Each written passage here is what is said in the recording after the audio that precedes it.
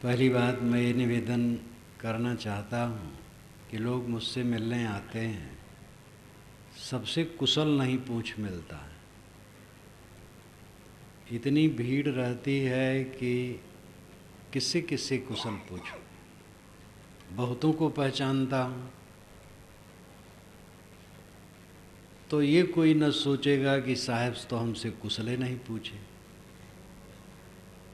आए हो सब कुशल है, यहाँ बैठ के बोलता हूँ मानो यही कुशल पूछता हूँ सबसे।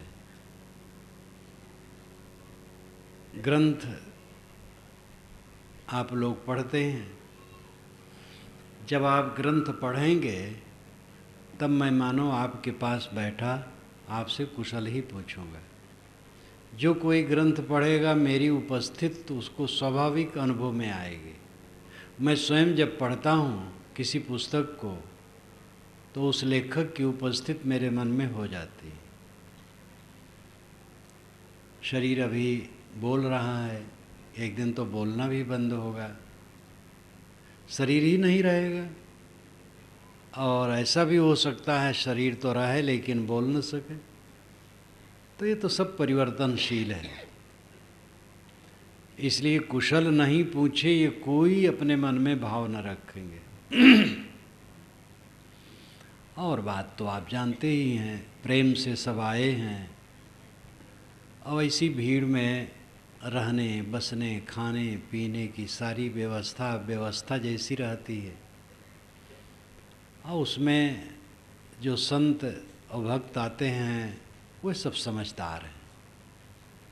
इसमें भाई जिस काम के लिए आए हैं वो सोचना है कि ये सोचना है, कहीं रह लेंगे, जो मिलेगा खा लेंगे। इसका समाधान तो सबको है ही। हमें किस चीज़ का अहंकार है ये हम अपने से पूछें। किस वस्तु का अहंकार हमारे पास है। सद्गुरु श्री राम रहस्य साहब ने पंचग्रंथी में लिखा है, हंता माँ सब ही पड़े, हंता देखे साध, हंता ते न्यारा रहे गुरमुख दृष्टि आबाद। सब लोग अहंकार में पड़े हैं, जो अपने अहंकार को देखे वो साधु है। अपने अहंकार को देखना, दूसरे के नहीं। दूसरे के विषय में देख करके हमें क्या फायदा हो गया। कोई अहंकारी है ये हम क्यों सोचें। वो उनका काम है, उनका बोझा है, वे उतारेंगे, हम अपना बोझा उतारें। हंता माँ सब ही पड़े, हंता देखे साध, और हंता ते न्यारा रहे, अहंकार से अलग रहे, गुरुमुख दृष्टि आबाद, गुरुमुख दृष्टि धारण करके बाधा रहित कल्याण पथ में चले। किस वस्तु का हमें अहंकार है, कौन सी वस्तु मेरे साथ है। सब लोग अपना अपना भवसागर लिए घूम रहे हैं। ध्यान दीजिए, सब लोग अपना अपना भवसागर लिए घूम रहे हैं। मन में क्रोध काम द्वेष ईर्षा चिंता उद्वेग प्रतिक्रिया रिएक्शन, हर क्षण मन में कुतर्क कुभावना, ये भवसागर है। अशुद्ध मन भवसागर है और इसको लेकर के सब घूम रहे हैं। उस भवसागर को स्वर्ग के रूप में मोक्ष के रूप में बदलना, ये काम करना है। अहंकार करने की कोई गुंजाइश नहीं है। किस चीज़ का अहंकार है। जवानी कब तक, वक्तव्य कब तक, लेखन शक्ति कब तक, धन कब तक, संबंधियों का प्यार कब तक, मान बढ़ाई पद प्रतिष्ठा कब तक है। गुरु आई अवमान बढ़ाई, रिद्ध सिद्ध सब जात नसाई, या में सकल जगत अरुझाना, काल कला को मर्म न जाना। मोते इन सबते नहीं काजा, तुम्हारी भक्ति बस कहो उपराजा। सदगुरु पूर्ण साहब ने निर्णय सार में कहा, गुरुआई और मान बढ़ाई, रिद्धि सिद्ध सब जात नसाई। रिद्धि सिद्ध माने हैं, रिद्धि नाम धन, सिद्ध नाम शक्ति। धन ऐश्वर्य आ जाता है, सिद्ध नाम परिपक्वता। सिद्ध का अर्थ ये लोग लगा लिए हैं कि मच्छर हो जाता है योगी, हाथी हो जाता है, जो चाहे सो कर देता है। ये झूठ है। कल इसके लिए थोड़ा सा कहा था, चमत्कार नाम की जितनी बात है दुनिया में, सब का सब सोलहो आना झूठ है। इस चक्कर में कहीं न पड़ना। ये महात्मा और पंडित और मौलवी और पादरी लोग लालच दे दे करके जनता को भटका दिए। जब अधिकृत कहे जाने वाले लोग ऐसा प्रचार करते हैं तो जनता बेचारी क्या करे। उसे अभावग्रस्तता तो है ही है, किसी का लड़का नहीं है, लड़का बिना वो दुखी है, और कोई लड़के से दुखी है। किसी के धन नहीं है, दुखी है, और किसी के धन है और इतना दुखी है कि आत्महत्या करने के तैयार है। सारा संसार दुख से द्रवित है, पीड़ित है। सुखिया तो वही होगा जिसके मन की तृष्णा मिट गई है, जिसका मन निर्मल हो गया है। सब कुछ परिवर्तनशील है। आज जो है कल नहीं रहेगा, इस क्षण जो है अगले क्षण नहीं रहेगा। सब कुछ बदल रहा है। इस बदलती हुई स्थिति को हम देख नहीं पाते हैं। यह तन कांचा कुंभ है, लिए फिरे थे साथ, टपका लागा फुट गया कछु न आया हाथ। ये शरीर कच्चा घड़ा है मिट्टी का, लेके घूम रहे थे, ठोकर लग गया और फुट के गिर गया, हाथ में कुछ रुका नहीं, भारा उठा। ये शरीर एक दिन में भारा उठेगा। हमारे मित्रों, साथियों, पूर्वजों कितने के शरीर मिट गए, हमारा कब तक रहेगा। इस बात को जो निरंतर देखता है वो पाप नहीं करता है, उसका मन मैला नहीं होता है, निर्मल रहता है। संसार की नश्वरता को निरंतर देखना। हम जिन झूठी वस्तुओं से जुड़ते हैं उनसे गर्माहट पैदा होती है। सब वस्तुएं झूठी, अंत में झूठ झूठा कह डारहु, मिथ्या यह संसार, तेहि कारण मैं कहत हूँ जाते हुए उबार। साहब कहते हैं झूठ है और झूठ करके छोड़ दो, झूठ झूठा कह डारहु। जो तुम्हें मिला है झूठ है और झूठा करके डाल दो, मिथ्या यह संसार, यह संसार मिथ्या। तेहि कारण मैं कहता हूँ जाते हो उबार, इसलिए मैं कहता हूँ जिससे तुम्हारा उबार हो। क्या संसार मिथ्या है, झूठ है? संसार नित्य है, परिवर्तनशील है। ये पूरी सत्ता नित्य है, सत्ता झूठ नहीं है। ये जड़ सत्ता भी सत्य है, लेकिन वो क्षण क्षण बदलता है, एक रूप नहीं रहता है। और एक दिन जब मेरी आंख ढप जाती है तो पूरा का पूरा गायब हो जाता है हमारे लिए, तो झूठा हो जाता है। साहब कहते इसलिए मैं कहता हूँ जिससे तुम्हारा उबार हो, चिपके हो, जो रहने वाली चीज़ नहीं उसमें चिपके हो। चिपकाहट छोड़ो, अपने मन को छुड़ाओ। हम बहुत माल टाल मानते हैं, दुनिया में बहुत माल टाल है, पूरा दुनिया कूड़ादान है, खाकदान, कूड़ादान संतों ने कहा है। और केवल ऐसे नहीं कहा है, तथ्य है।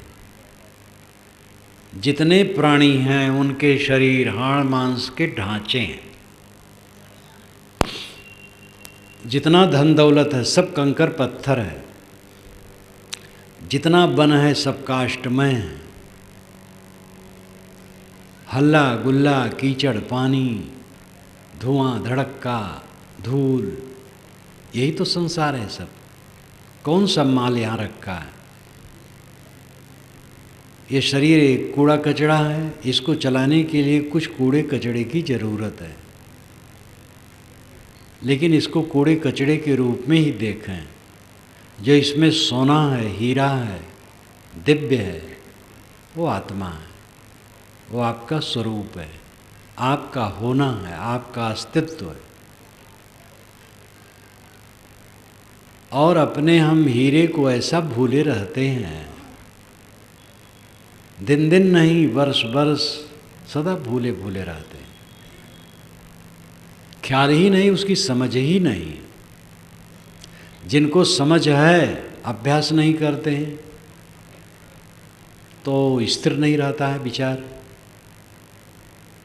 जो बड़ी खुली चीज़ है कि शरीर को नष्ट होना है और इसके नष्ट होने के साथ कुछ मेरे साथ नहीं है,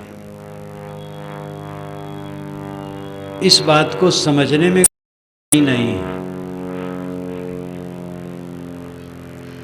लेकिन यह बात इस ढंग से 24 घंटे में कितने क्षण आप अपने मन में रखते हैं, इसको विचारिए।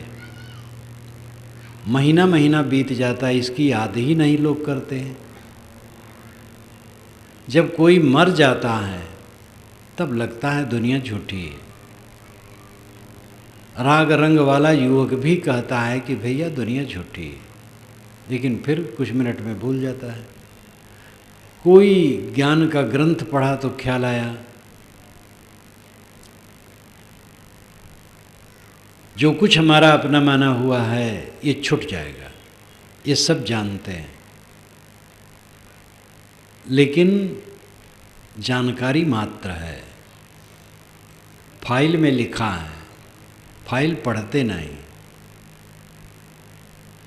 बुद्धि में ये बात है, लेकिन उस बुद्धि को सामने रख करके चरितार्थ नहीं करते। जिसके मन में ये निरंतर रहता है कि सब छूट जाने वाला है, सब नश्वर है, उसका मन भटकता नहीं, उसका मन पाप नहीं करता है, गंदी बात नहीं सोचता है। क्या हानि हो गई, क्या लाभ हो गया? लाभ झूठ, हानि झूठ। संसार मृग मरीचिका के समान, पानी के बुलबुले के समान सब प्रतिबिंबित हो रहा है,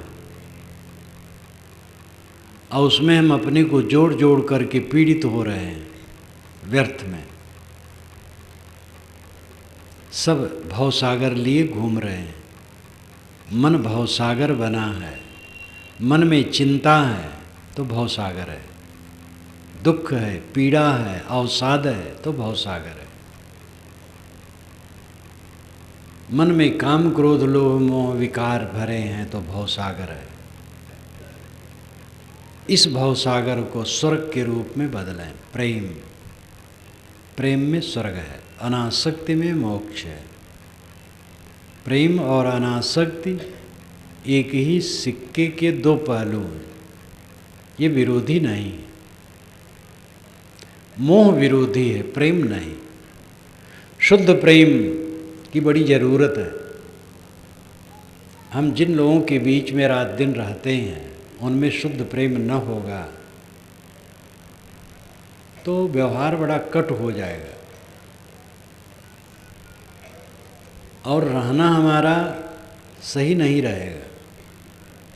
पत्नी के साथ, पति के साथ, पुत्र के साथ, भाई के साथ, कुटुंबियों के साथ, समाज के व्यक्तियों के साथ, गांव टोला मोहल्ला वालों के साथ रहना है, और उनके प्रति घृणा, ईर्ष्या, द्वेष, दुर्भाव है,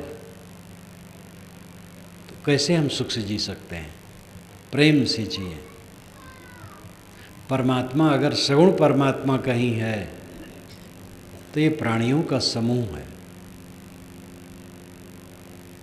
सगुण परमात्मा, निर्गुण परमात्मा, सरगुण की कर सेवा, निर्गुण का करो ज्ञान, सरगुण निर्गुण से परे तहाँ हमारा ध्यान। सतगुरु कबीर कहते हैं सगुण की सेवा करो, निर्गुण का ज्ञान करो, और ध्यान ये दोनों से ऊपर है। सगुण की सेवा क्या है? हम चित्र पूजते हैं, मूर्त पूजते हैं तो मानते सगुण की सेवा है। वो तो प्रतीक उपासना है, एक चिन्ह है। प्राणियों की सेवा सगुण की सेवा है। सगुण भगवान ये प्राणी है। सबकी सेवा कौन कर सकता है? सबकी शक्ति सीमित है, समय सीमित है। किसी को तकलीफ देने की न सोचे तो सेवा हो गई। फिर जो बन सके सेवा करे। सगुण की सेवा प्राणियों की सेवा है। प्राणियों को भगवान समझना। मूर्ति के सामने जो कुछ रख दिए लौटा के खा लिए। मूर्ति की पूजा बड़ी सरल है, चाहे जैसे धर दो, चाहे जैसे कर दो, और चढ़ा करके कुल खा लो, बहुत सरल है। लेकिन किसी प्राणी के सामने रखो, अगर गलत से रखो तो डांटेगा भी। एक वैष्णव संत और मैं बैठा था, वो वैष्णव संत प्रसिद्ध महंत हैं, तो दूसरे वैष्णव संत आए जो गायक थे, वहीं मंदिर में थे। कहे आइए ये महाराज एक कबीर साहब का भजन गाइए। तो तुरंत हो गाए। तो भजन गाए, सब मगन हो गए। तो उन्होंने कहा महाराज एक कहानी सुना दो। कहे सुना दो। अब कबीर साहब का भजन गाए तो कबीर साहब के लहजे में कहानी सुनाने की उनकी चेष्टा हुई। कहे सुनाओ। कहे कि पुजारी थे, भगवान राम की मूर्ति थी, तो श्रृंगार उंगार किए, कपड़ा वपड़ा पहनाए, पूजा किए, लड्डू चढ़ाए और पर्दा गिरा करके चले गए। आधे घंटे के बाद आए तो चूहा आ करके लड्डू खा लिया था और भगवान का कपड़ा कुतर दिया था, और भगवान के ऊपर चढ़ा था तो भगवान गिर पड़े थे, हाथ टूट गया था। तब पुजारी आए तो भगवान को एक चांटा मारे। कहे तुम अपने हाथ पैर तोड़वा लियो, हमार का करियो। कह के चुप। तो वैष्णव महंत जो बैठे थे कहे और बस? तो कहे हो गया। कहे बस? देखो ऐसा कहना नहीं, नहीं लिख लेंगे। मेरे लिए कहे लिख लेंगे। मैंने कहा हम लोग लिखते रहते हैं ऐसा।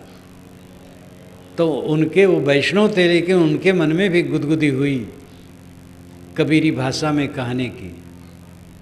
तो मूर्त पूजा वाले भी जानते हैं।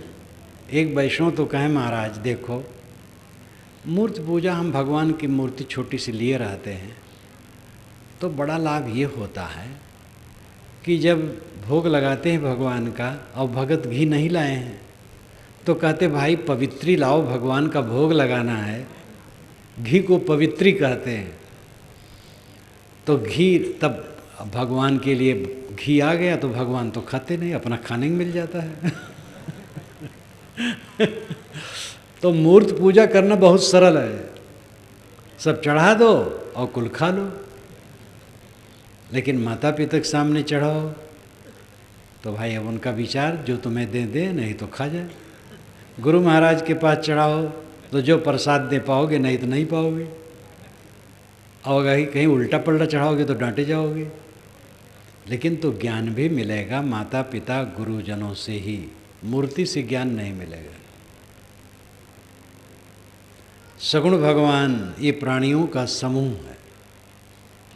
इनके प्रति सत्कार भाव, सेवा भाव, प्रेम भाव।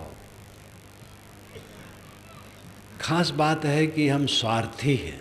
स्वार्थ के नाते चित्त में उद्वेग होता है और उद्वेग से कलह होता है। अपना अहंकार और कामना अगर हम मिटा सकें तो उद्वेग नहीं होगा। और स्वभाव बस कभी थोड़ा आ गया तो चला जाएगा। पानी की लकीर, ज्ञानी का क्रोध पानी की लकीर भी कहा जाता है। वो क्रोध नहीं है, आ गया थोड़ा तो पानी पर लकीर पारो, फिर बराबर कुछ नहीं। बालू की लकीर कुछ घंटे रहेगी, वो दुखद है, और पत्थर की लकीर तो भयंकर है। तो जो सिद्ध संत हैं, यानी परिपक्व संत हैं, पूर्ण पुरुष हैं, उनके मन में विकार नहीं। विकार नहीं, यही भवसागर से पार होना है। सब भवसागर लेके घूम रहे हैं। अपने भवसागर को मिटाओ। अहंकार करने की गुंजाइश नहीं, दूसरे के दोष देखने की गुंजाइश नहीं। दूसरा है अपने गठरी बड़ी लंबी चौड़ी है, उसको खोलो, उसको सुधारो, दूसरी गठरी पर क्यों ध्यान देते हो? अपने भवसागर को स्वर्ग के रूप में बदलना है। प्रेम स्वर्ग है, शुद्ध प्रेम स्वर्ग है। और शुद्ध प्रेम तब होगा जब अहंकार कामना दोनों शमित होंगे। अहंकार कामना का शमन करना बड़ी बात है, और जो करे उसके लिए बहुत सरल है। और यही रास्ता, और कोई रास्ता नहीं। निर्ग्रंथ मन, निर्मल मन, प्रशांत मन, आनंदमय मन, यही तो जीवन की सफलता है। हमारे पास जो शक्ति है और समय है, कम नहीं है। जिंदगी में आदमी एक बार नहीं, अनेक बार मोक्ष ले सकता है, इतना लंबा समय मिलता है। कभी कभी आप लोगों के बीच में मैं कहता हूँ, कलकत्ता में मैं था, स्नान करके ध्यान में बैठा। उस समय 50 वर्ष की उम्र हो गई थी। तो बिजली जैसी कौंध गई मन में, 50 वर्ष की उम्र हो गई, आधी शताब्दी, कितना लंबा समय बीत गया। पहली बार ये उन्मेष मुझे उम्र को लेकर के हुआ था। 50 वर्ष के दरमियान में इस ढंग का अनुभव नहीं हुआ था। और तो ठीक था, सब बढ़िया था, लेकिन ये अनुभव, ये उन्मेष 50 वर्ष हो गया, आधी शताब्दी कम है इतना। शरीर में बहुत दिन हो गया, शरीर की क्या ज़रूरत है? आधी शताब्दी बीत गई। आधी शताब्दी में तो लोग अनेक बार मोक्ष ले सकते हैं, जबकि एक बार मोक्ष लेने पर अनेक बार मोक्ष लेने की ज़रूरत नहीं। उसी को बनाए रखना है बस। अब इस समय तो 21 वर्ष तब से बीत गए, 22वां लाख लगा है, 72 चल रहा है। बहुत दिन हो गया इस शरीर में रहते रहते। इस शरीर की कोई आवश्यकता नहीं। हमें समय कम नहीं मिला, शक्ति कम नहीं मिली, हमने जीवन का मूल्य नहीं समझा, इसीलिए हमने अपने को बिगाड़ा है। ये हर आदमी सोचे, समझे और सुधारे। क्या आपको शक्ति कम मिली है? आपको समय कम मिला है? लोग बहुत कमाई करते हैं, फुर्सत नहीं है। अरे तुम समझ पाते अपने जीवन को तो दूसरी भाषा होती। फुर्सत नहीं, सत्संग के लिए फुर्सत नहीं है। पहले सत्संग का लाभ समझो। जो बहुत व्यस्त होते वे भी समय निकाल के सत्संग में पहुंच जाते हैं। समय है, शक्ति है, सब है, कल्याण का लाभ निश्चय नहीं। शांति कल्याण है, दुखहीन मन कल्याण है, दुखी न होना कल्याण है। और जिन बातों को लेकर के आप दुखी हैं, वो सब लड़कों का खिलौना है। लगता तो है बहुत मूल्यवान, लेकिन एक दिन आएगा जब आपको लगेगा सब लड़के खिलौना है, तब कुछ करने लायक नहीं रह जाएंगे। जिनका समय लंबा बीतता है अपने जीवन में अनेक घटनाओं को पीछे वे ऐसे ही देखते हैं। जिन जिन बातों के लिए हम बहुत आकर्षित थे, आज वे 2 कौड़ी की भी वो बातें नहीं लगती हैं। आदमी भावुक हो जाता है। जो कुछ सामने मिलता है मालूम होता है ऐसे बना रहेगा और उसके लिए राग द्वेष करने लगता है। कुछ रहने वाला नहीं। नैतद स्थित निश्चित्ते, ये महाराज राम ने कहा था। जब काल आया तब उन्होंने कहा यह सब कुछ रहने वाला नहीं।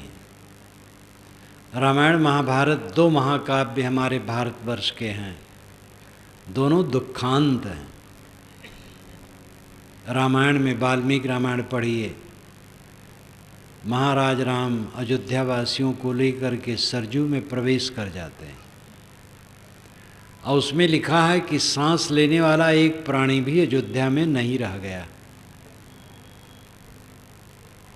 महाभारत देखिए, कौरव पांडवों का विनाश तो हुआ ही, यादवों का विनाश, 5 पांडवों का हिमालय में गल जाना,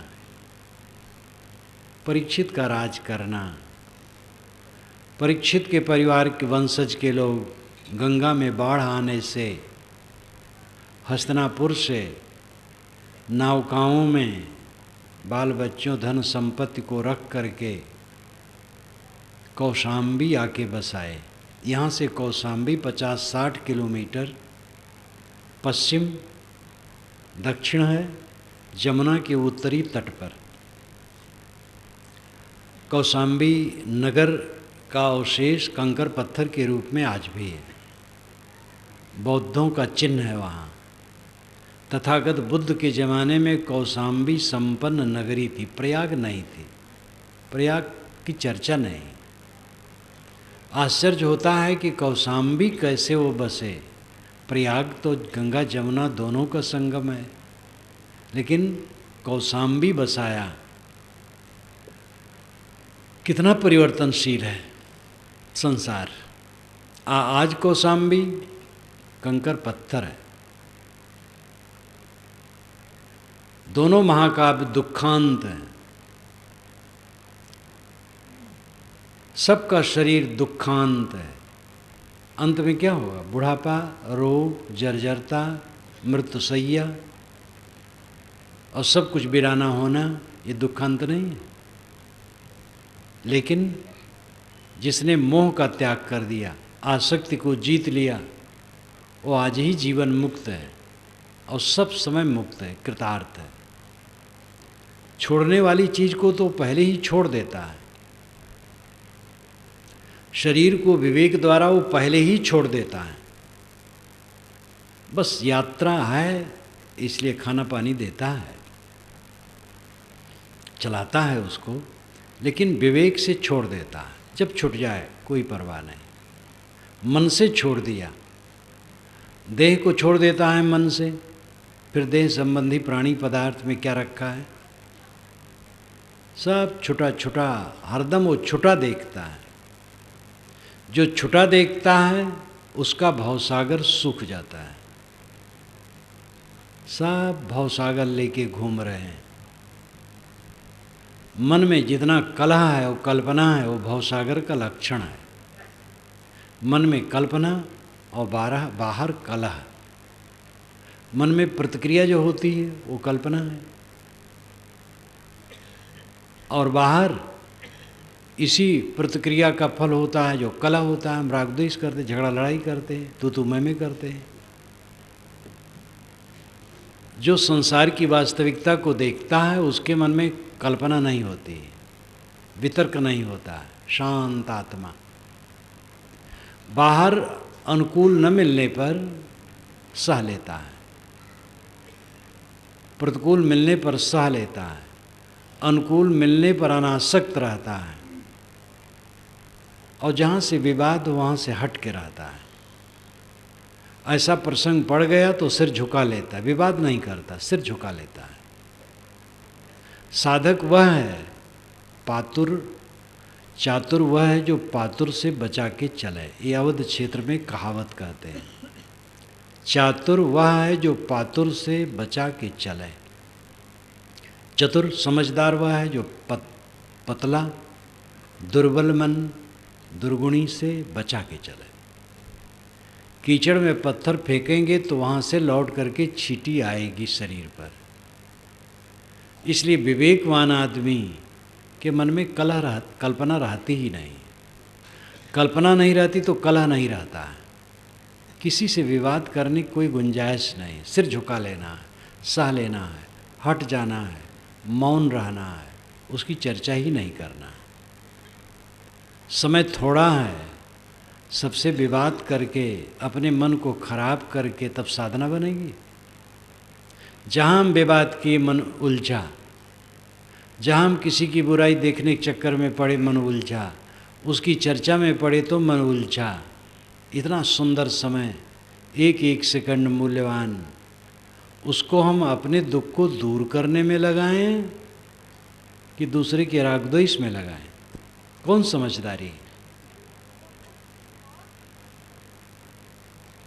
हमें सावधान होना चाहिए। सब भवसागर लेके घूम रहे हैं। घमंड बहुत है हमें। धन का घमंड है, जन का घमंड है, विद्या का घमंड है, गुरुआई और महंती का घमंड है, आचार्यत्व का घमंड है, महामंडलेश्वर जगत गुरु हैं घमंड है, विश्व गुरु हैं, ब्रह्मांड गुरु हैं, पता नहीं कैसे कैसे गुरु। बड़ा घमंड है। प्रवक्ता होने का घमंड है, लेखक होने का घमंड है, जन समूह का घमंड है। बहुत बड़ा जन समूह हमें मानता है। सब बचकानापन है। जन समूह कब तक साथ है? रात में जन समूह था, यहाँ से उठ के गया, अपने कमरे में अकेला सोया। जन समूह वहाँ नहीं था। कभी कभी मैं आपसे अपना अनुभव कहता हूँ। मैं तो यात्रा में रहता हूँ 8 महीने करीब करीब। पहुँचा, स्वागत के लिए सैकड़ों तैयार रहते हैं कई जगह, और बहुत गाते बजाते कितने लोग इतने भावुक, आरती उतारेंगे, ये करेंगे, वो करेंगे। जब वहाँ से छुट्टी मिली, यदि वो भी परेशानी घर है, अब जब आए हैं थके मादे तो ये सब न करो भाई, जगह दो, नहाएं खाएं आराम करें, पाछे कर लेना। लेकिन अब भावुक लोग नहीं मानते कई जगह, वो भी सहना पड़ता है। वहाँ से हटे, जब आसन पर गए, शौचालय में गए, मच्छर काट रहे हैं, कोई सहायक नहीं। आरती उतारने वाला एक भी नहीं है कि मच्छर को हटा दे। ये आरती की पोल पट्टी है, हमारी पूज्यता की पोल पट्टी है, और जन समूह की पोल पट्टी। जन समूह का क्या घमंड है? हमें बहुत लोग मानते क्या घमंड है? मच्छर से हमारी रक्षा वो नहीं कर पाते हैं।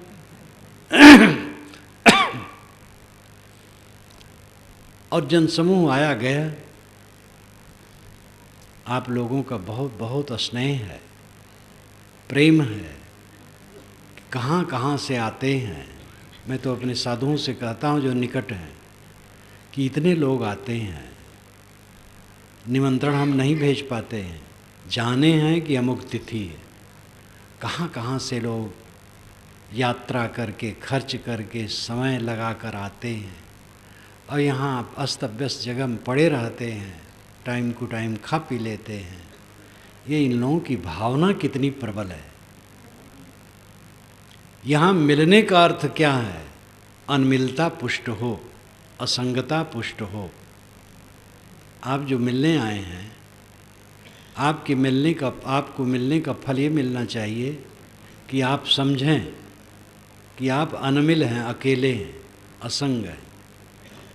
असंगो एवं पुरुषः, यह पुरुष, यह आत्मा असंग है। आपका कोई नहीं है, अब आप किसी के नहीं हैं। ये वास्तविकता है, ये परमार्थ है। व्यवहार क्या है? आप मेरे हैं, मैं आपका हूँ, ये व्यवहार है। व्यवहार क्षणिक है, परमार्थ सत्य और सनातन है। आप मेरे हैं, मैं आपका हूँ, ये क्षणिक है। कई लोगों से मेरी भावना ऐसी थी वे मेरे हैं और मैं उनका हूँ, लेकिन वो नहीं रह गए। तो जो अवशेष हैं उनकी दशा ही होगी और मेरे शरीर की भी यही दशा होगी। कौन मेरा है और कौन किसका मैं हूँ? एक दिखावा है। संसार का जितना तमाशा है एक दिखावा है।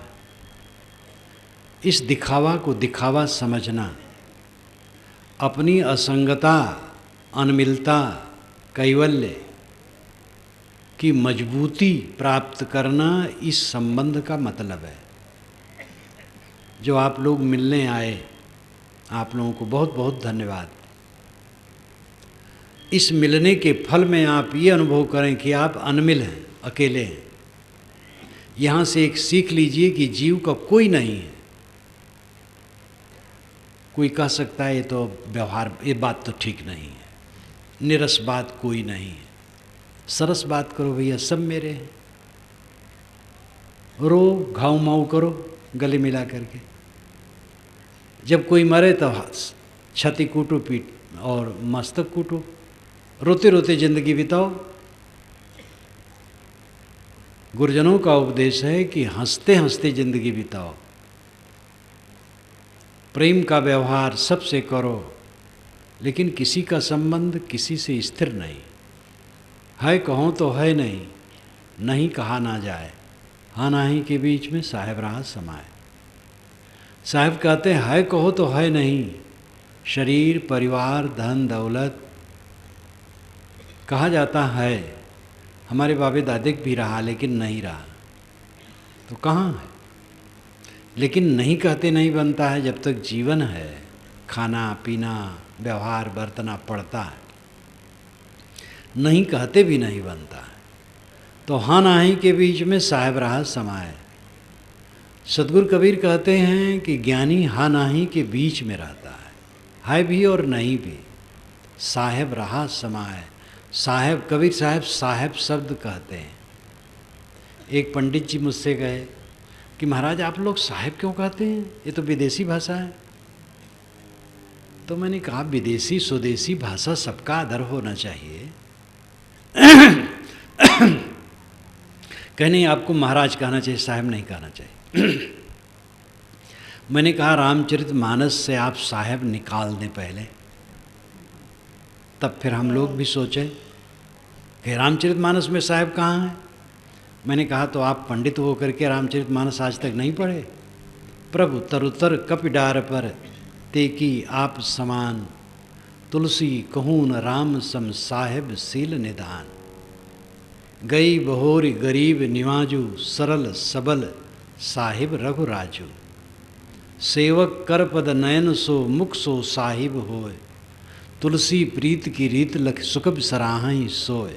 एक जगह नहीं, बहुत जगह साहेब। अब बेचारे पंडित जी बहुत निढाल हुए। मैंने कहा वेद को लीजिए, जरफरी तुरफरी जमेना मदेरू आबूम फरफरी का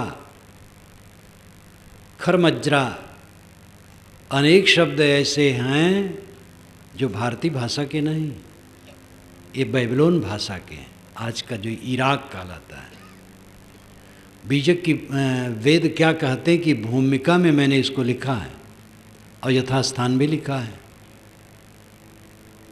वेद से निकालिए, जरफरी तुरफरी जमेना मदेरू इत्यादि को लेकर के ही तो आचार्य बृहस्पति ने खंडन किया है। त्रैवेदस्य कर्तारो भंड धूर्त निशाचरा, जरफरी तुरफरी इत्यादि पंडिता नाम बच स्मृतम। ये जरफरी तुरफरी इत्यादि बकवास पंडितों की है, ऐसा उन्होंने कहा। बस होता वो विदेशी भाषा है। वेद में भी विदेशी भाषा है, स्वदेशी विदेशी क्या है? तो भाषाएं मिलती रहती हैं। इंग्लिश वाले अगर कंजूस होते तो इंग्लिश भाषा इतनी समृद्ध न होती। इंग्लिश भाषा में भिन्न भाषाएं बहुत हैं। कोई भी भाषा निदाग नहीं रह सकती है। संस्कृतियाँ मिलती रहती हैं। राक्षस, दैत्य, पिशाच, गंधर्व, किन्नर, नाग, वरुण, सैन, बानर, रीछ, गीध, ये सब जातियाँ मनुष्य की थी पहले, इनका सम्मिश्रण हुआ और आगे चल करके वर्ण व्यवस्था हुई, तब ये नाम बदल गया। इलबिल और वातापी ये राक्षस थे और संस्कृत में भाषण करते हुए पंडितों को भोजन के लिए निमंत्रित करते थे। वाल्मीकि रामायण पढ़िए। वे धोखा देते थे तो अगस्त ने बदला पटाया था। वो कहानी कहने की यहाँ फुर्सत नहीं। रावण ब्रह्म राक्षसाम, ब्राह्मण राक्षस थे रावण, क्योंकि जो माँ थी राक्षस कुलोत्पन्न थी और पिता ब्राह्मण कुलोत्पन्न, इसलिए ब्रह्म राक्षसाम। हवन, पशु मार करके हवन करना बाइबिल में है, यहूदियों में चलता रहा, शायद आज भी चलता हो, हिंदुओं में चलता रहा। घुटने टेक करके मुसलमान नमाज पढ़ते हैं, घुटने टेक करके वेद में प्रार्थना करने की बात है। हरम अरबी में घर को कहते हैं और वेद में हरम कई बार घर के लिए कहा गया। दुआ अरबी में प्रार्थना करने, आशीर्वाद देने, मंगल कामना करने के अर्थों में है। वेद में इसी ढंग से अर्थ में दुआ शब्द है। देवेश कृणतो दुआ, देवता के लिए हम दुआ करते हैं। आप कहाँ तक विचार करके अलग कर देंगे? गंदगी बिचारिए, भाषा अलग नहीं कर पाएंगे। पंडित जी से इतना लंबा चौड़ा तो भाषण नहीं किया मैंने, खाली गोस्वामी जी की बात कह दी कि भाई मानस से आप साहेब निकलवा दीजिए तो हम लोग भी सोचें, तो बेचारे लजा गए। भाषा तो भाषा है, और जब दो संस्कृतियाँ मिलती हैं तो भाषा मिलती है। हमें उदार बनने की ज़रूरत है। हम अपने मूल स्थान पर आए, सब अपना अपना भवसागर लेके घूम रहे हैं, अहंकार करने की कोई गुंजाइश नहीं। अंदर में देखें, हमें लोग ज्ञानी कहते हैं, गुरु कहते हैं, पवित्र आत्मा कहते हैं, बहुत कुछ कहते हैं, पूजते हैं, लेकिन मन को देखें, मन क्या है? हमारा मन जो है वही हमारी स्थिति है। अगर मन में विकार है तो हमारी स्थिति ठीक नहीं है। मन निर्मल है, बस पूरी दुनिया निंदा करे, कुछ फर्क पड़ने वाला नहीं। हम सबके मुंह को बांध करके रहनी में नहीं रह सकते हैं। अपने को ठीक करना है। अपजस जोग की जानकी, मणि चोरी का कान, तुलसी लोक रिझाई वो करस कातिबो नान है। सीता जी अपजस के योग्य नहीं थी। सीता जी रावण के घर में इच्छा से नहीं गई थी, पकड़ करके ले जाई गई थी, और वो तपस्वी बन करके रहीं। रावण के प्रस्ताव को उन्होंने वीरतापूर्वक ठुकराया। रावण चाहता था तुम पत्नी बन जाओ, उसने ठुकराया। रावण को शाप था, पर स्त्री को छू नहीं सकता था बिना उसकी इच्छा के। ये लेखक ने रावण की क्वालिटी घटाया है। अगर ये कहता भाई इतना वो सत्यव्रत था कि वो ऐसा नहीं कर सकता था तो उसकी बड़ाई हो जाती। पराई स्त्री को छूने से कोई जल कैसे जाएगा? ऐसा नहीं जलेगा, पतन तो उसका है ही है, लेकिन वो खाक नहीं हो जाएगा। तो कहने का मतलब है कि रावण ने चाहा, प्रलोभन दिया, लेकिन सीता दृढ़ रही। तो सीता निर्दोष थी, लेकिन अयोध्या वाले सीता को नहीं समझ सके, और जन जन में ये वार्ता हो गई कि श्री राम ने सीता को फिर से पत्नी बनाया। तो हम लोगों के घर की क्या दशा होगी? हमारी स्त्रियां कहीं भी रहें, फिर आएंगी तो फिर पत्नी बनाना पड़ेगा। इतनी चर्चा हो गई अयोध्या भर में कि महाराज राम ऊब गए। धोबी ने ताना मारा, ये वाल्मीकि रामायण में कहीं नहीं। ये जन जन की भावना हो गई थी। तो गोस्वामी जी ने कहा अबजस जोग की जानकी, क्या जानकी जी अबजस के योग्य थी? मणि चोरी का कान, क्या श्री कृष्ण ने मणि चुराई थी? एक ऑब्जेक्शन आया था कि श्री कृष्ण ने मणि चुरा लिए। तो श्री कृष्ण की प्रकृति अलग थी, वे मणि के पीछे पड़ गए।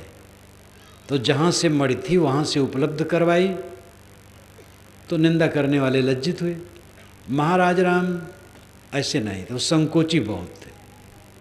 श्री कृष्ण उस जगह पर होते तो अयोध्या वासियों को बुला करके मीटिंग करते और लताड़ते और कहते, सीता जी लंका में इतना दिन दुख उठाई, तो आप लोग कौन पवित्र आत्मा हो उसको दुख देना चाहते हो? लेकिन राम बड़े संकोचित थे और चुपचाप सीता को निकाल दिए। उनका निकालना गलत है कि सही है, वो अलग विषय है। पढ़ना चाहें तो रामायण रहस्य में मैंने सब लिख दिया राम कथा के विषय में। बात तो यह है, क्या आप चाहते हैं कि आपको कोई गलत न कहे? दुनिया में कोई ऐसा उदाहरण है जो गलत नहीं कहा गया हो? कोई नहीं कहा है ऐसा, सबको गलत कहने वाले हुए हैं। जब कबीर पंथ से मैं परिचित हुआ तो कुछ ऐसे लोग भी मिलते थे, अरे भाई दानवा कबीर। कबीर का शरीर जब छूट गया था तो एक दानव उनके शरीर में घुस गया, तो वही बानी बोला, वही बानी सब है, वो दानवा कबीर की बानी है। स्वामी शंकराचार्य को मणिमान नामक दैत्य का अवतार वैष्णव ने कहा। मणिमान नाम के दैत्य के अवतार थे शंकराचार्य। इसलिए शंकराचार्य ने जो प्रस्थानत्रयी भाष्य किया है वो दैत्य का है, वो शंकराचार्य का थोड़े है। ये मिली मार है सब। शंकराचार्य महापुरुष थे, कबीर साहब महापुरुष थे, तथागत बुद्ध महापुरुष थे, हजरत मोहम्मद महापुरुष थे, संत ईसा महापुरुष थे। सब अपनी अपनी जगह पर महान हैं। और उनकी बातों को लेके जो रुचे पचे उसका प्रयोग करें, न रुचे पचे छोड़ दें। भिन्न भिन्न देश काल परिस्थिति में महापुरुष होते हैं और वैसी बातें भी आती हैं, जो न जमे छोड़ दीजिए। लेकिन आदमी तो होता है पक्षपाती, संकुचित, अपने गुरु की बड़ी बड़ाई करता है और दूसरे के गुरु को गिराना चाहता है। दुनिया में एक ऐसा व्यक्ति नहीं हुआ आज तक जो सबके द्वारा प्रशंसित हो। इसलिए हमें आशा नहीं करनी चाहिए लोग हमारी प्रशंसा करें। जैसा कहना हो कहें। जब हमारी कोई निंदा करे तो हमें ये सोचना चाहिए वो जितनी निंदा करता है कम करता है। अधिक निंदित मैं हूँ, अधिक निंदा के योग हूँ, उसे हमारी और अधिक निंदा करनी चाहिए थी। फिर क्या संताप रहेगा। अपने मन को शीतल करें, सरल करें, पवित्र बनावें। मैंने शुरू में कहा था कि सब मनुष्य अपना अपना भवसागर लेके घूम रहे हैं और घमंड बहुत है। हम बड़े हैं। मन में झांको, मन में क्या उठ रहा है? काम उठ रहा है, क्रोध उठ रहा है, द्वेष उठ रहा है, ईर्ष्या उठ रही है। चिंतित हो, उद्वेगित हो, अशांत हो, कुतर्क कुतर्क कुतर्क, हरदम कुतर्क।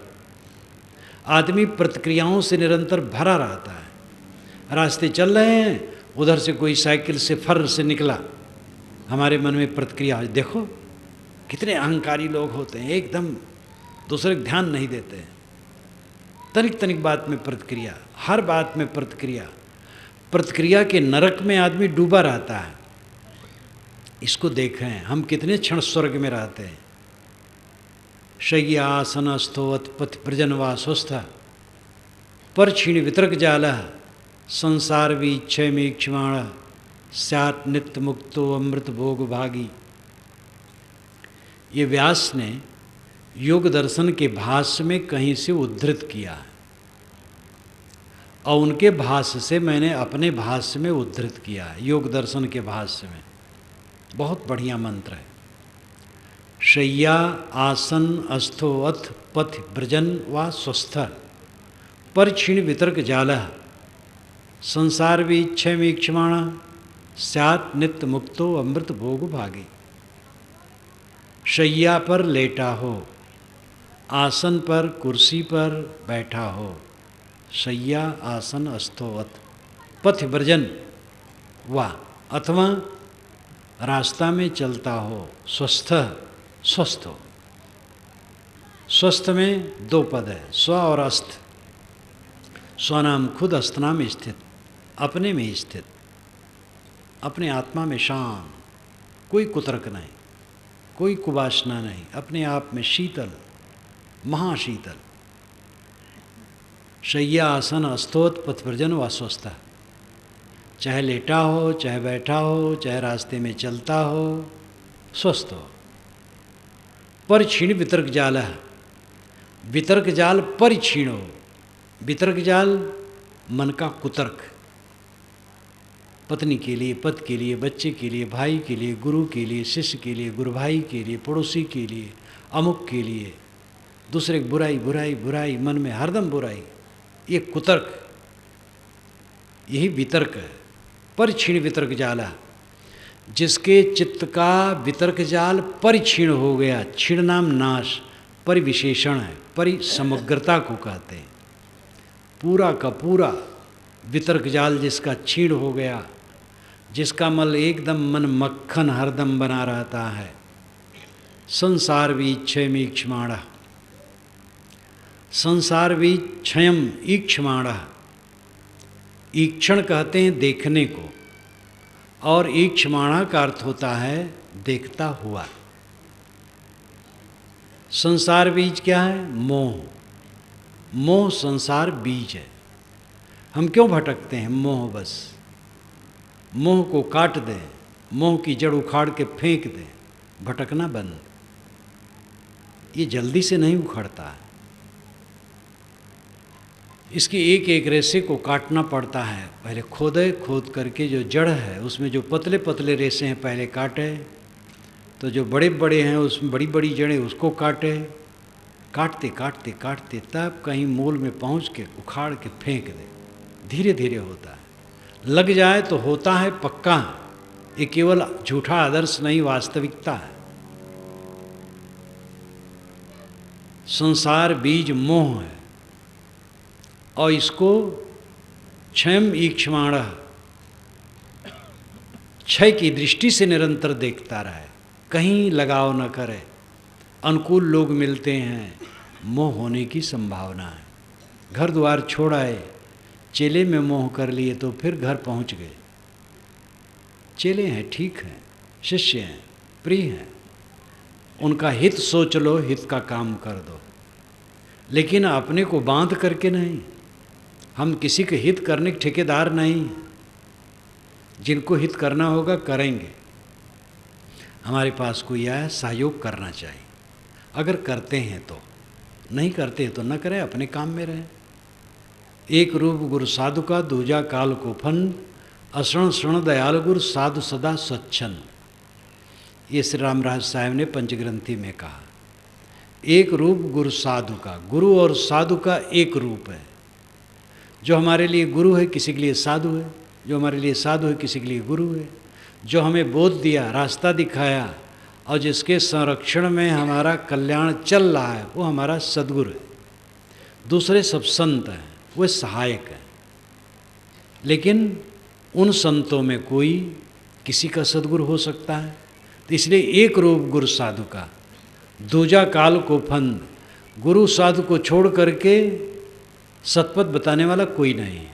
काल का फंदा, कल्पना जाल है।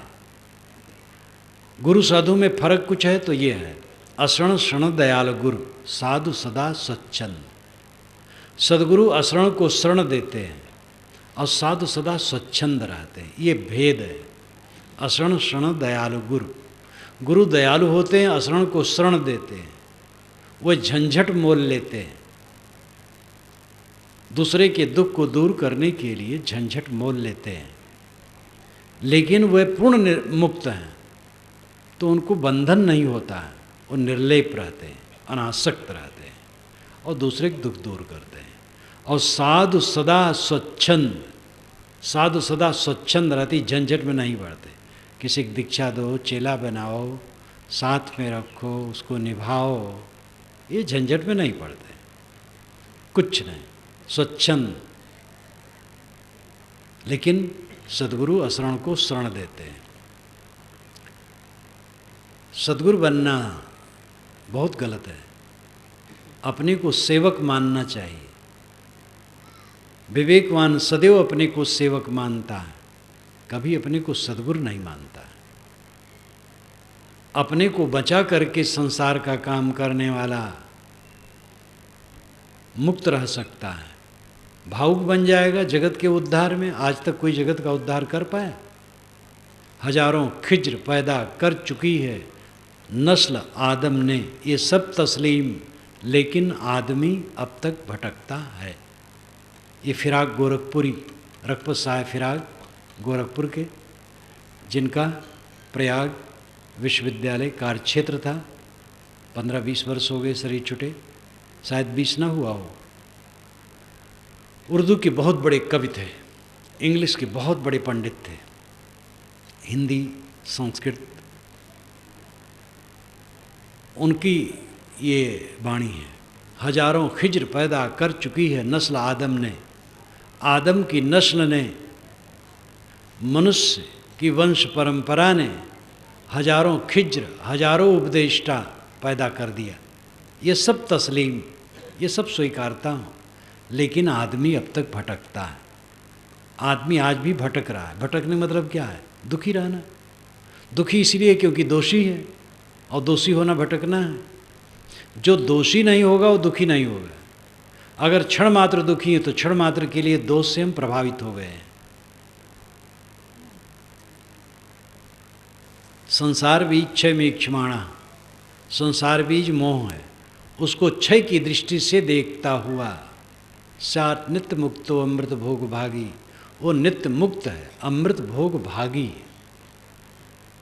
जो व्यक्ति सैया पर चाहे लेटा हो, आसन पर चाहे बैठा हो, रास्ते में चलता हो, अपने आप में शांत है, जिसके मन का कुतर्क सब शांत हो गया है, जो संसार बीज रूपी मोह को, मोह रूपी बीज को नष्ट करने की दृष्टि से निरंतर देखता है, वो नित्य अमृत का भोग भागी है, नित्य आनंदमय है।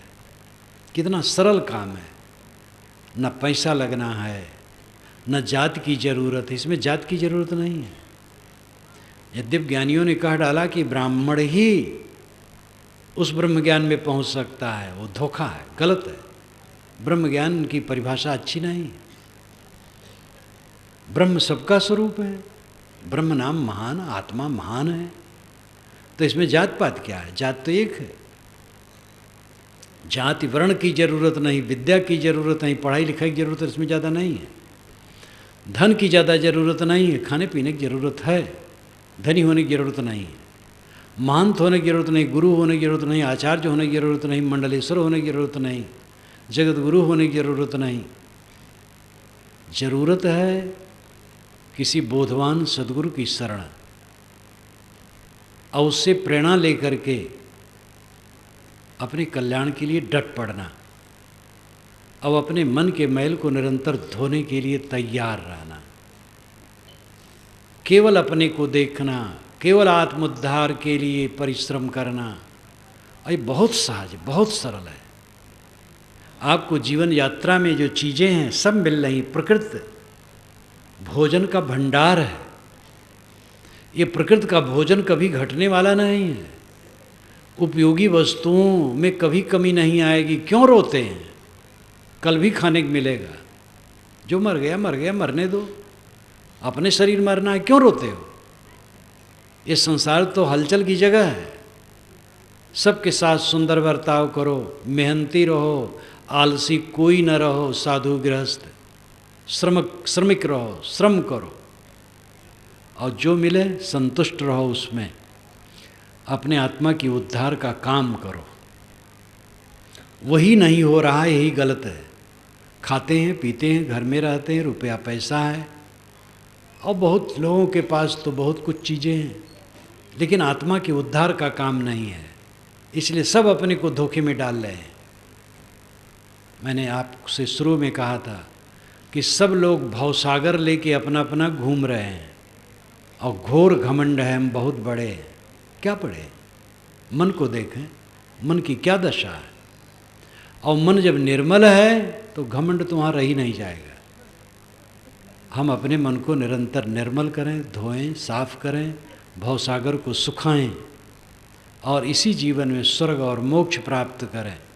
शुद्ध प्रेम का प्रकाश जीवन में स्वर्ग है, सबसे निर्मोह हो जाना मोक्ष है। और एक सिक्के के दो पहलू हैं। सतगुरु कबीर ने कहा, मैं रोऊं या जगत को, मोको रोए न कोय। मोको रोए सो जना जो शब्द विवेकी होए।